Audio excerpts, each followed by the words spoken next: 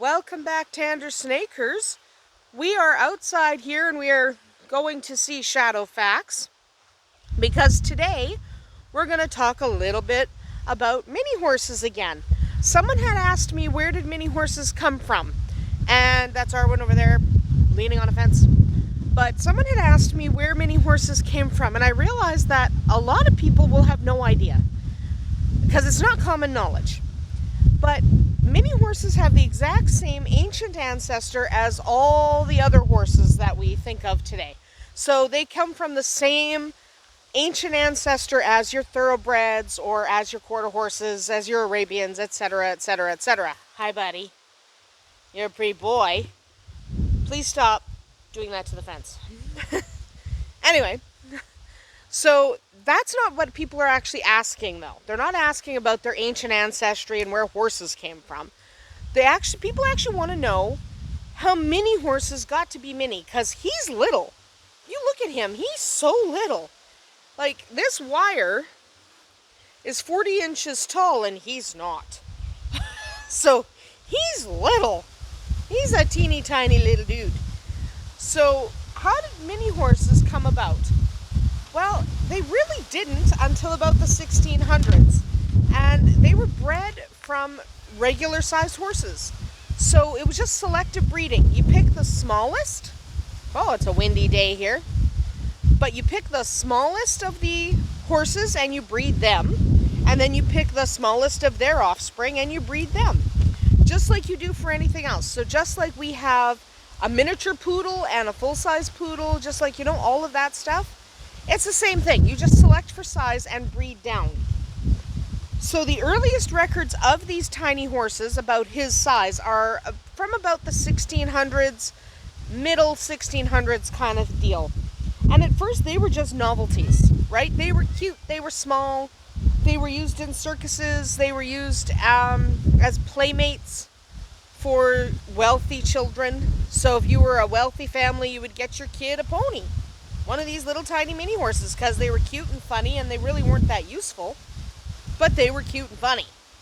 So they weren't used for anything specific. That's a really nice nose, big guy. I love your nose. Fantastic. They weren't used for anything specific. However, humans like to find ways to use everything, right? We like to do that. We find ways to make things useful. So eventually, horses his size were recruited to work in coal mines. Okay? They were called pit ponies. So, because they worked in the mining pits. And look at that size. Of course they were recruited for that. They fit. Okay? Pit ponies became incredibly common, both in Europe and in North America. They were recruited for this particular job because they were strong, durable, really healthy. Miniature horses tend to be incredibly healthy creatures, and they'll just keep working.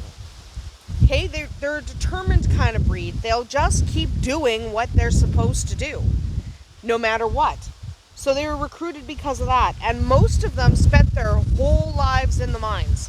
It was thought that it wasn't very nice to bring them out and have them in the sunshine on the weekends or any of that, so they generally left them down in the mines. They had stables built down in the mines for them. And most of these ponies would spend their entire lives, I'm just kicking some grass out of the way, but most of these ponies would spend their entire lives in the mines.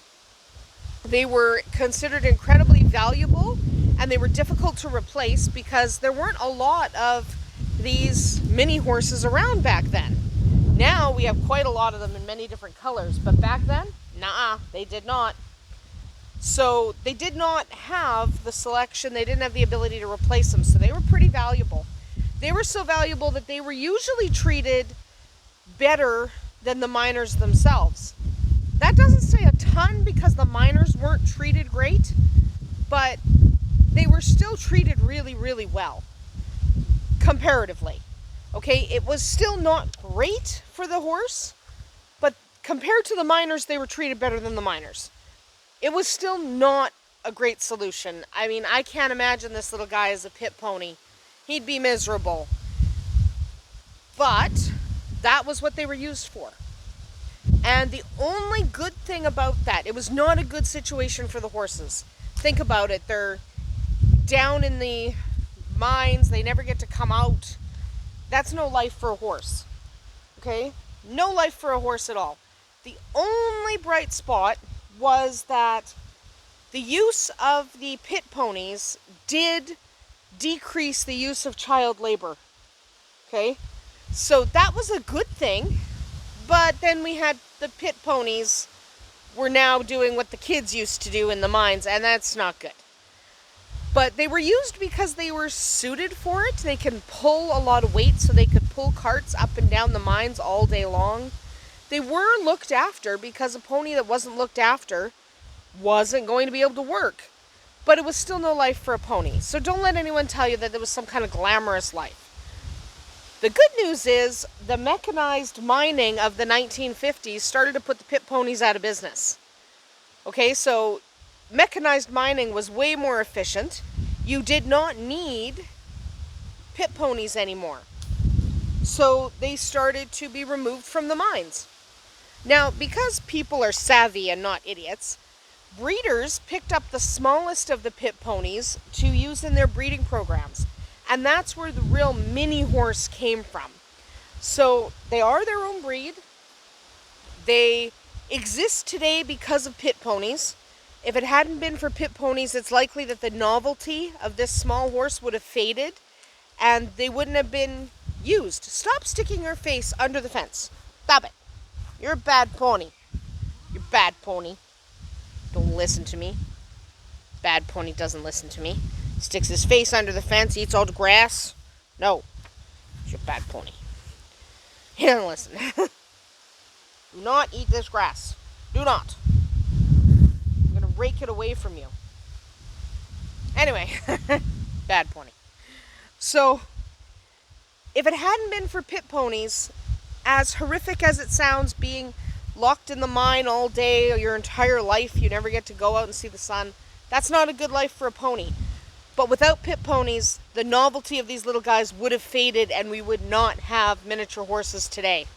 I wouldn't have this guy. He's beautiful. So, really, pit ponies saved the miniature horse from extinction.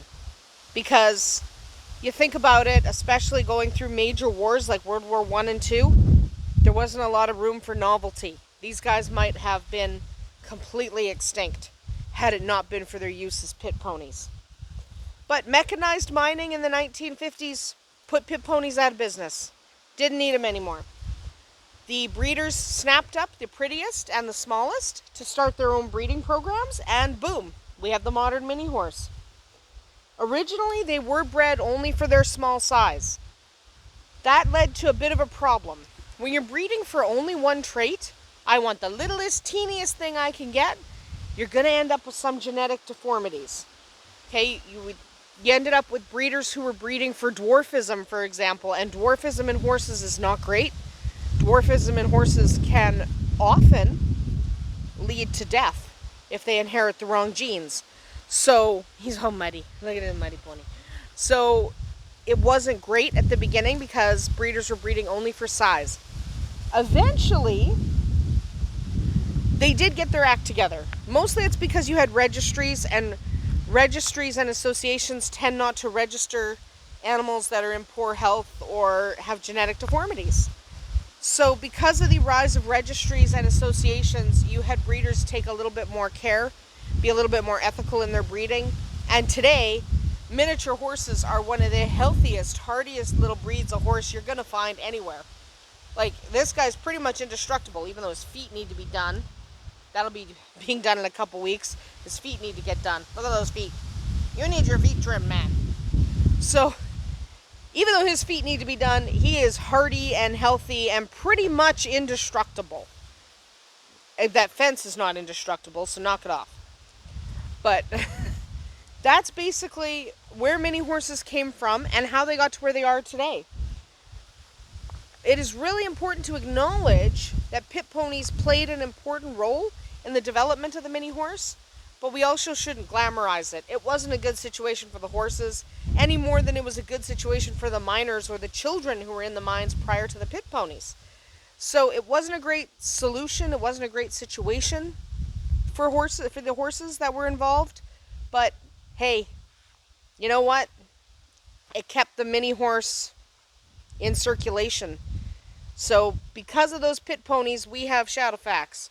Without those pit ponies, it's unlikely that they would have kept breeding such small horses during times of hardship, and they would have gone the way a lot of breeds of cats and dogs went, and they just would have stopped being bred. No one would have cared, and we wouldn't have this little dude today.